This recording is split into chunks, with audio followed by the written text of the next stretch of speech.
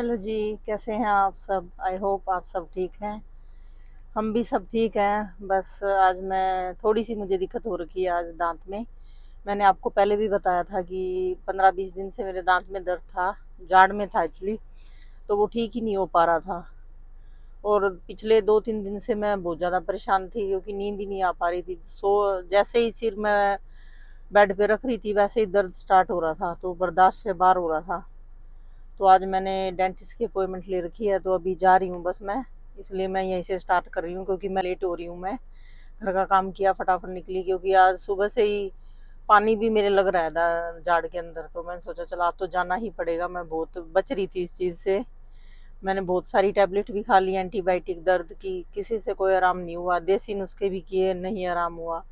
तो मेरे ख्याल से उसमें पस हो रखी है। तो आज दिखा के आऊँगी क्या दिक्कत आ रही है। मुझे तो वही लग रही है। बट आ गई हूँ बस डेंटिस्ट के। वेट लेट होगी, बल्कि आधा घंटा लेट होगी। बस अब जा रही हूँ मैं अंदर।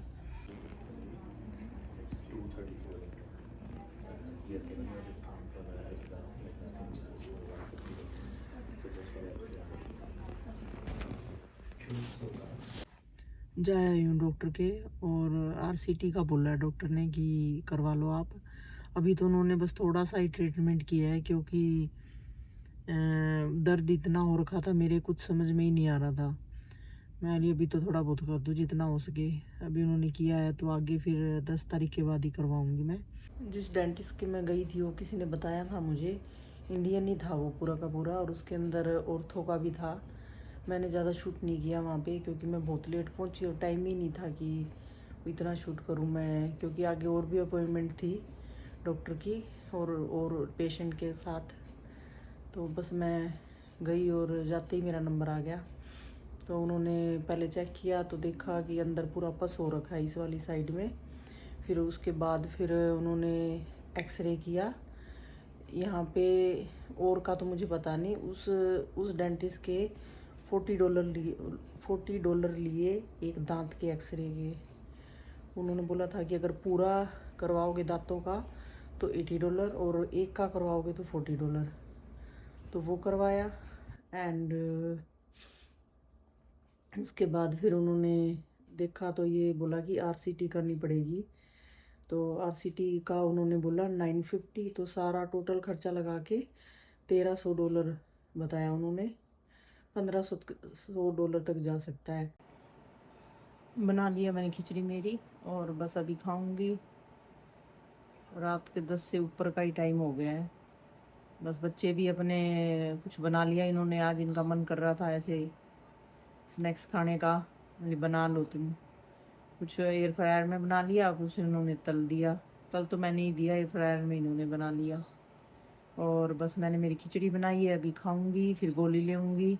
ये हरी मूंग छिलके वाली तो थी नहीं मेरे पास, ख़त्म हो रखी थी। फिर मैंने चलो आज सुबह भिगोगी थी मैं ये। फिर ये साबुत मूंग और ये हल्की सी बनाई बिल्कुल ही। बस यहाँ पे दाल वगैरह जल्दी गल जाती हैं तो बस फटाफट ये एक सीटी मरवा दी और हो गया।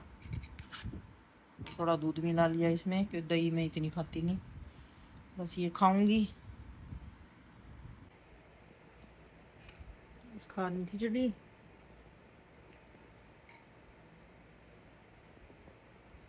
इतने दिनों के बाद खा रही हूँ तो अच्छी भी लग रही है। इस साइड से नहीं खा रही मैं, सिर्फ इस साइड से ही खा रही हूँ क्योंकि उन्होंने बोला है, स्ट्रिक्टली मना किया है कि नहीं खाना आप इस साइड से, और लिक्विड ही खाओ ज़्यादातर जितना हो सके। मैं 1-2 दिन तो खाती हूँ, देखती हूँ आगे।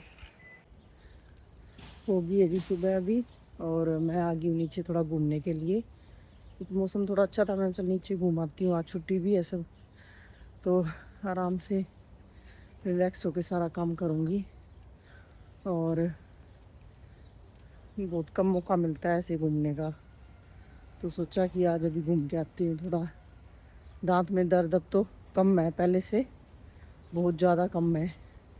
मैं चलो सही है। टैबलेट वगैरह मैंने ले ली थी, नाल लेके आ गया था, तो उससे अच्छा आराम हुआ। अब बस, बल्कि आज मैंने चाय भी नहीं पी। अब नहीं पीऊँगी 1-2 दिन, देखती हूँ ट्राई करके छोड़ने की। अगर चाय से भी ज़्यादा दिक्कत हो रही होगी तो छोड़ ही दूँगी। और बस अभी घूमूँगी क्योंकि आज बादल हो रखे हैं और मौसम अच्छा है, तो चल थोड़ा सा राउंड लगाया हूँ 10-15 मिनट। यहाँ पे कोई जैसे माली वगैरह नहीं होता इनमें पानी देने के लिए। ये यहाँ पे ये पानी वाले फुहारे से लगा रखे होते हैं हर बिल्डिंग के आसपास। तो ये सुबह शाम चलते हैं, एक इस टाइम पे एक शाम को। वो देखो उधर भी घूम रहा है, आपको दिखाई दे रहा हो तो। एक ये चल रहा है, ये स्टार्ट हुए हैं, एक वो चल रहा है। तो डेली सुबह शाम मई से स्टार्ट होते हैं मेरे ख्याल से ये, और सितंबर अक्टूबर तक चलते हैं ये। फिर आगे 5-6 महीने बिल्कुल बंद हो जाते हैं, क्योंकि मौसम ठंडा हो जाता है और बर्फ़ गिरनी शुरू हो जाती है। तो सब जगह मिलेंगे आपको, सब जगह। हफ्ते में एक दिन जितनी भी ये घास आपको दिखाई दे रही है, कोई कंपनी ने शायद इनका ठेका उठा के रखा होता है, जिससे कि ये पूरी घास काट के जाएंगे और जितना भी कूड़ा करकट होगा वो सारा साफ़ करके जाएंगे। हफ्ते में एक दिन आते हैं। किसी दिन अगर मैं याद रहा तो मैं आपको दिखाऊंगी। पूरा क्लीन करते हैं, तभी ये सारी मेंटेन रहती है। और यहाँ पे नहीं है, सब जगह है ये, सब जगह। और जो ये तो जैसे बिल्डिंग है, बट जिसके इंडिविजुअल घर हैं वो अपनी घास खुद काटते हैं या फिर किसी से कटवाते हैं। घास काटने के भी अच्छे पैसे मिलते हैं अगर कोई काटना चाहे तो। कई तो ऐसे होते हैं कि अपनी मशीन ला के रखते हैं, और कई कटवाते हैं अगर किसी के पास टाइम ना हो। वो खुद काटना पड़ता है, वो कोई कंपनी काट के नहीं देगी, आपको खुद क्लीन कर। और फाइन भी होता है अगर ना काटे। वाले पेड़ हैं ये तो अब ठंड में बिल्कुल ही सूख जाएंगे, बिल्कुल सारे के सारे पत्ते झड़ जाएंगे इनके। अक्टूबर नवंबर में तो सारे ख़त्म हो जाने हैं, बिल्कुल गंजे हो जाएंगे सारे के सारे पेड़। और ये जो पेड़ हैं पता नहीं चीड़ के हैं किस चीज़ के हैं, ये रहते हैं ठंड में भी। ये ठंड में भी, ये तो बल्कि ठंड में ही ज़्यादा उभरते हैं, इतने हरे हरे हो जाएंगे। बट ये वाले सूख जाएंगे सारे। लगाते ही रहते हैं पेड़। अभी मैं लास्ट ईयर मैंने देखा था एक हाईवे पे पूरा एक ट्रक ला रखा था और अपना धीरे धीरे लगाते जा रहे थे। और जिसमें इतने पेड़ हैं यहाँ पे पूरे कनाडा में, तब भी बहुत ज़्यादा लगाते हैं ये पेड़। अगर एक काटा है तो 10 लगाएंगे, तभी ज़्यादा हरियाली है इधर। तभी यहाँ पे मीन्स यहाँ का AQI इतना बढ़िया है। आज तो शायद 15 ही था, तो अच्छा है। बारिश आ जाती है तो और भी क्लीन हो जाता है।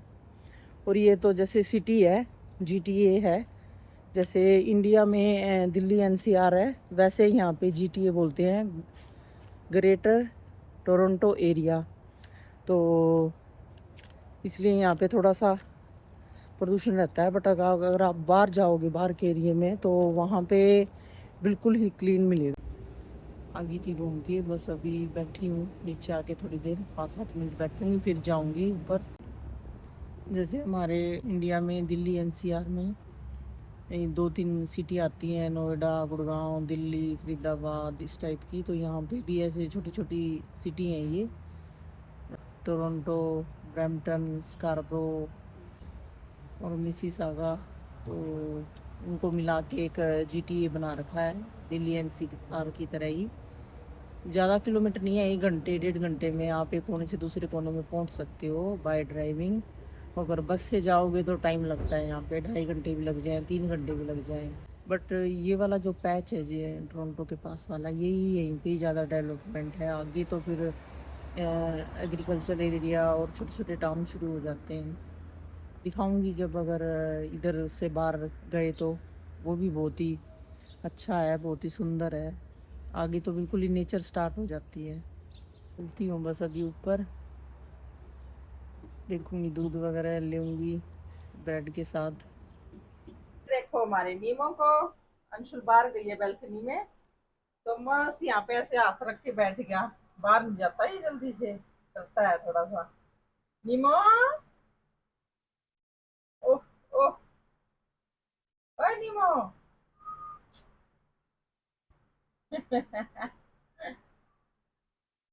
इतना क्यूट है, इतना क्यूट है। नीमो बैठा हुआ है मस्त। और सैंडविच भी, क्योंकि एवोकाडो एक ही बचा हुआ था। अब आज या कल मैं ग्रोसरी करूँगी, जब लेके आऊँगी, क्योंकि एवोकाडो खुश होके खाती है वो। मैंने इस पे ही, पैन पे ही बना लिया था ब्रेड। और कनाडा में हेल्थ केयर की बात करूँ तो हेल्थ केयर थोड़ा स्लो रहता है, इंडिया के जैसा बिल्कुल भी नहीं है।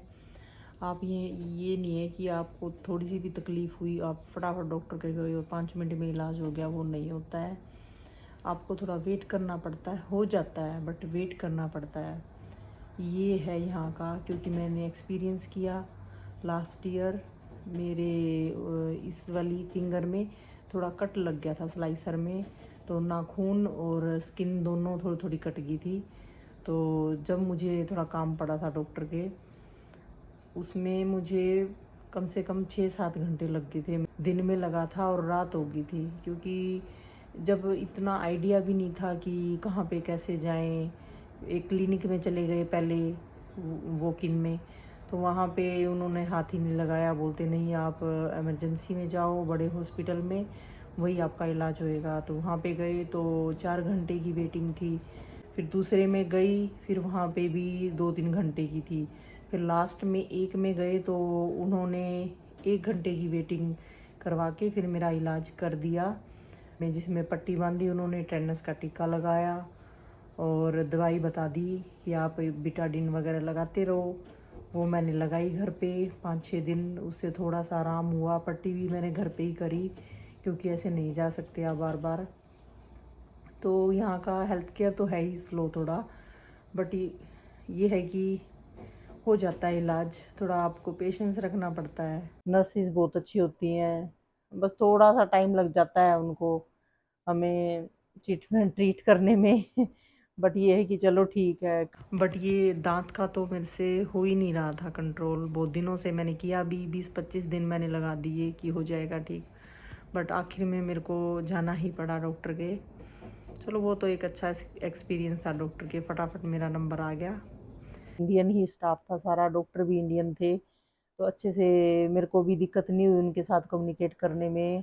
अगर आप किसी और कनेडियन डॉक्टर के पास जाओगे, नो डाउट वो अच्छे से आपका इलाज करेंगे, बट आप इंडियन के पास जाते हैं तो आपको थोड़ा सा कंफर्टेबल फील होता है। इसलिए मैं गई कल उनके पास किसी के सजेशन से। हेल्थ केयर का मैंने थोड़ा सा आपको बताया यहाँ का, जैसे जैसे मुझे और पता चलता जाएगा आपको बताती जाऊंगी। बस अभी थोड़ा करूंगी आराम। और आज की शॉर्ट वीडियो के लिए मैं माफ़ी चाहूँगी, ज़्यादा मैं शूट नहीं कर पाई, बट इससे आने वाली नेक्स्ट वीडियो आपको ज़रूर इंटरटेन करेगी, क्योंकि मैं कहीं पे जा रही हूँ। तो आप देखिएगा, एंजॉय करिएगा। और इतने अच्छे अच्छे आप कमेंट करते हो, इतने सारे लाइक्स मिलते हैं मुझे, इतने व्यूज़ और इतने सब्सक्राइबर बढ़ रहे हैं, उसके लिए थैंक यू सो मच। इतना सारा प्यार देते रहो ताकि मैं और भी अच्छी अच्छी वीडियो बना पाऊँ। अगर आपको मेरी वीडियो अच्छी लगे तो लाइक करें, शेयर करें, सब्सक्राइब करें और अपना और अपने परिवार वालों का ख्याल रखें। Bye bye, take care.